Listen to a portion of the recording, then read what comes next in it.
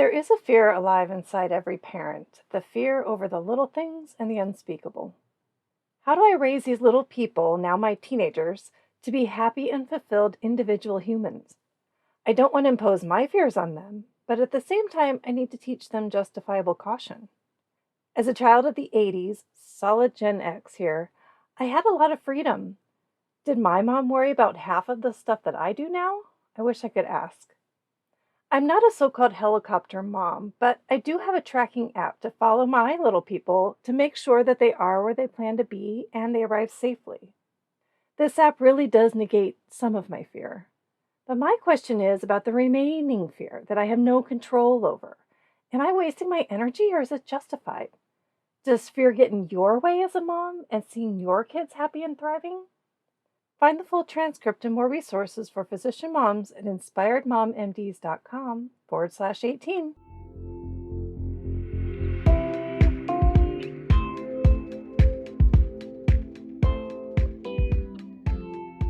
You're listening to Inspired Mom MDs with host Cindy Van Prague, helping physician moms take back control and prioritize what matters most so they thrive in private practice and at home. Hi there, and thank you for joining me today. How nice would it feel to not have the burden of fear and feel content and happy with the present moment? Fear is in your mind, your imagination. Much of the time, it never happens, right? But what about bad things that really do happen? Should you be fearful of those? You can't be afraid of something that already happened. The fear is about the future. The future is not here, but lives ever so present in your imagination. What fears are worth yielding energy to? There is an Indian yogi named Sadhguru who would argue, don't let fear stop you from anything. He says, you cannot overcome something that does not exist. He goes on to state that you are creating what may happen with your mind. So he argues, why not use your mind to produce something positive? Use your mind differently. Don't follow the pattern of fears. I would agree, but also argue that some fear is healthy. When a fear is justified, it motivates one to act and to take precautions. Physicians love evidence, especially when it confirms suspicions, right? When there are studies and data to support a fear, you have evidence. Evidence can justify some fears. Take seatbelts, for example. There shouldn't really be an argument here, right? But I am still shocked that some adults think it's okay to not wear one because they're sitting in a back seat, or that it's okay to squeeze in one more kid on the outing instead of having to take a second car. Or the more common occurrence of other teenage friends that assume these same ideas. In their invincible mindset, they leave their seatbelt off too. The fear is indeed justified, meaning something to take a reasonable action to prevent. Buckle up. The evidence is overwhelming that seatbelts save lives. But having this fear does not imply that it will happen to you. I don't intend to bring up any past trauma, but this is a real present-day concern. I still tell my kids, wear your seatbelt as they walk out the door and get in a friend's car. And I'm secretly pleased to almost hear the eye roll in their voice when they reply yes. My son goes further to remind me of the bracelet that he's wearing. You see, in my town, there is a story of a teenage girl who died by not wearing a seatbelt. Her parents launched a campaign to speak at high schoolers about safety. And in one of their campus visits, they handed out these little rubber bracelets with their daughter's name on it and the words to buckle up every time. So when I say, wear a seatbelt, my son replies, Mom, I always do. And I'm even wearing the bracelet. Seatbelts are an easy example, and there are so many other justified fears. Maybe your child needs additional care and will always require help and support. That is just a fact. Or maybe you're an ER doc and you see one too many broken bones from trampolines and hoverboards. To this day, I will not hang my arm out the window of the car when I'm driving, because in residency, I provided anesthesia for a patient with a degloving injury of his left arm after a rollover accident. It just gives me shivers. How about the fear that your child will get sick when you're at work? This is particularly stressful when you are the one to pick them up from school that day. Speaking of sickness, what about the fear you'll miss a diagnosis in your own child? Knowing so much about what could go wrong raises the bar on fear, doesn't it? This walks the line of a justified versus unjustified fear.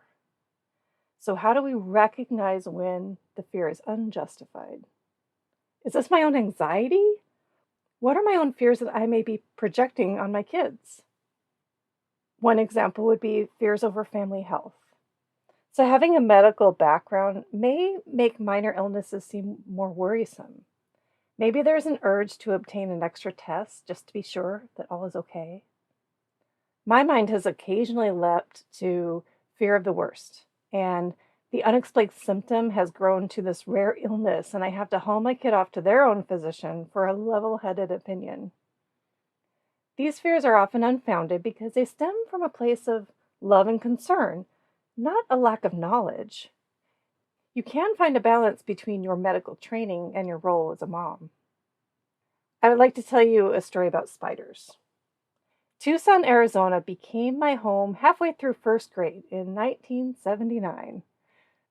We lived in a neighborhood on maybe a half-acre lot, but to me it felt like 10 acres. Anyway, I stayed outside all day in the desert with friends and came home only for lunch and sunset like a typical 80s kid. Now, the desert can be a damn scary place. Consider rattlesnakes, black widows, scorpions, centipedes, to name a few of the hazards that I routinely encountered. But oddly, I wasn't afraid of them. I remember being cautious about how I picked up a rock or reached my hand almost anywhere. I had a blast exploring the neighborhood and playing fictitious games with my friends. I would play in the wash, which is a dry riverbed in the Southwest, and find sand rubies. And those are the little rocks that look just like rubies. Now, my mother had an overwhelming fear of spiders. All of them. In fact, so did her sisters and her mother. I could imagine the situation where she would forbid me to play outside all day because of poisonous spiders, but she didn't. She did not impose her fears on my chance to play and be a kid. And you know what?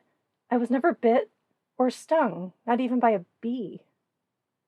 My first bad encounter with a creepy crawly and flying things was as a medical resident in the VA physician's locker room. I grabbed a new folded scrub top, threw it on, and soon yelped and ripped it off as a wasp flew away. It got me on my neck and my shoulder in 2 spots. That hurt. Now, no one warns you about a clean stack of scrubs, right? After that event, I did shake out my scrubs first, but it would be a little unreasonable to continue to fear wasps around every corner. So my mother's fear of spiders led to no bites in the house as a kid, but my absent fear of clean scrubs and what might be in them did lead to an extremely painful bite. As a scientific woman, I will follow the evidence and try to let the unjustified fears keep their quiet. Now, what about your kids' college and their future? What about this fear? After navigating the entire process from high school to residency, physician moms may have a word or two of advice, right? What advice would you give your teenager who has a big math test tomorrow? For example, put down the phone and study. What are your plans to study? Hey, are you ready for your test? Or do you not say anything and leave the kid responsible for their own outcome? Many moms fall somewhere on this spectrum of advice giving for that math test. The underlying fear is that if they don't push their kid, the kid will fall short of their potential. Maybe they will miss getting accepted to the college. The example is real in my household, as my oldest is applying to college this year. We want them to be independent thinkers that can feel free to choose their own course in life. I just trust them that they will find their way because that's what I did. I chose a college, a med school, and a specialty, all based on my own drive and knowledge of what keeps me happy and content. And I really want to allow them the same freedom. So in conclusion today, all your hard-earned wisdom and incredible depth of knowledge as a physician may increase the magnitude of fears you experience as a mom. Sometimes that gets in the way of enjoying your role as a mom and seeing your kids just happy and thriving. Allow yourself the grace to ponder. Is your fear justified or unjustified? Do you have the evidence that this is a real concern, or is it a constant fear that's not likely to happen? Conserve your energy with those unjustified fears. Kids, as they get older, will always need us and our advice on some level, and that's beautiful. That's a family. It's time to take control and thrive.